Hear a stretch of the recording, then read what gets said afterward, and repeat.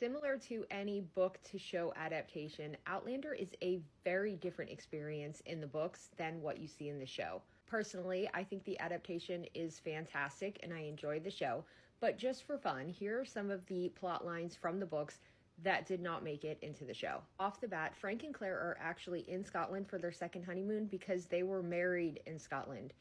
And to boot, they were married in the same church as Jamie and Claire. This change will actually always bother me. Not Frank who takes Claire to the Standing Stones for the first time. It's a gentleman named Mr. Crooks, and it is Claire who asks Frank to take her back. Before Claire travels back through the stones to her own time before the Battle of Culloden, she asks Jamie to mark her, and he carves a J into her hand, and then she carves a C onto him.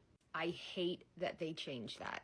Crazy as it sounds, Jamie's marriage to Leghair in the books actually makes a bit more sense. In the book, he has no idea that Leghair is the one who sent Claire to the witch trials. And in fact, when he finds out years later, he tells Claire if he had known that, he never would have married her. Joe Abernathy is a much more significant character in the books. For one, he knows about time travel. He actually helps Brianna when she is trying to escape from Rob Cameron.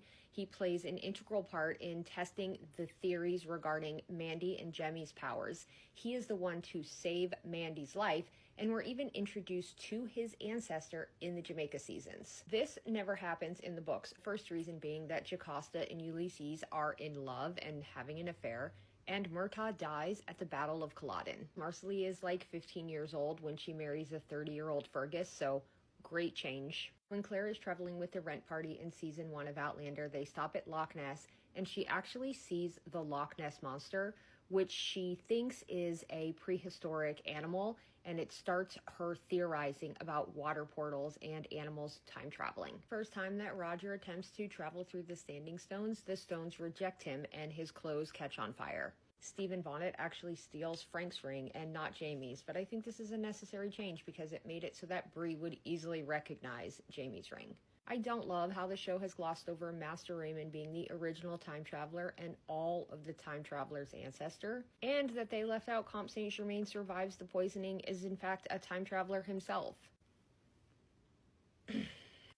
They hook up more than once. When Roger and Buck travel to find Jemmy, Roger actually meets Blackjack Randall, and he has a crisis of conscience because he knows what Blackjack Randall will do to Jamie, but he also knows that he cannot alter time and what is set to happen. Roger and Bree actually dated long distance for over 2 years, so their relationship and the timeline makes a lot more sense in the books. Okay, this video is too long. I gotta stop.